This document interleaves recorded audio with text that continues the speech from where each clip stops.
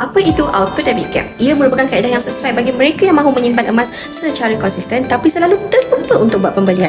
Kelebihan auto debit cap ialah forgotten savings. Simpan dan lupakan. Tahu-tahu dah banyak gram dalam akaun. Boleh fizikkan, jual atau gadai mengikut keperluan.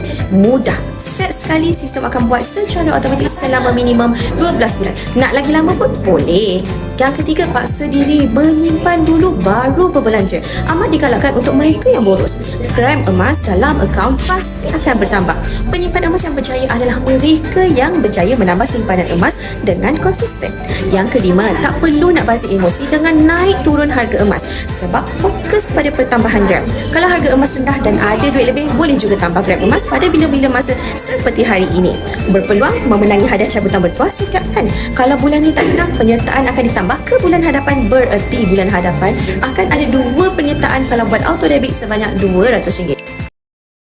Tadi ada yang bertanya macam mana nak buat set auto debit. Pertama, masukkan ke dalam page. Ini adalah page kita punya public gold accumulation program. So untuk set auto debit, tuan-puan tekan top up ni. Kemudian untuk payment method, masukkan pilihan instead of online banking, tekan arrow kat sini. Tekan arrow kat ujung ni, pilihlah auto debit.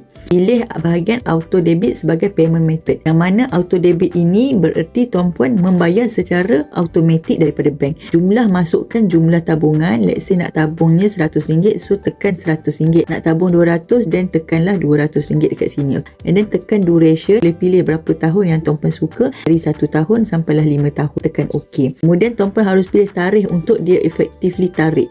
Anda kata tuan-puan nak set tarikhnya kepada 30 hari bulan, maka tuan-puan setlah lepas gaji. Let's say gaji adalah pada 28, pilihlah 30 hari bulan. Kemudian setlah nombor IC dan kemudian tekan notification dan place order. Are you sure you want to place order? Tekan OK.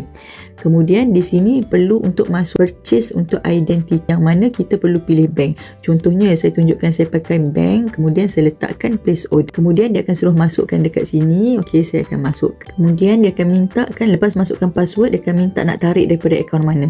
Let's say you nak tarik daripada akaun, boleh pilih nak tarik daripada e-wallet ke, ataupun nak tarik daripada akaun semasa ke. So let's say nak tarik daripada kad kredit, so pilihlah kad kredit yang mana yang you pakai. Ini maksudnya kita akan bayar hanya RM1 sahaja. Jadi ini adalah untuk arahan, mengarahkan kepada sistem bank untuk membolehkan tarikan duit secara automatik masuk ke dalam akaun, secara automatik. So setiap bulan dia akan tarik RM1 ni hanya one off untuk memberi arahan kepada bank.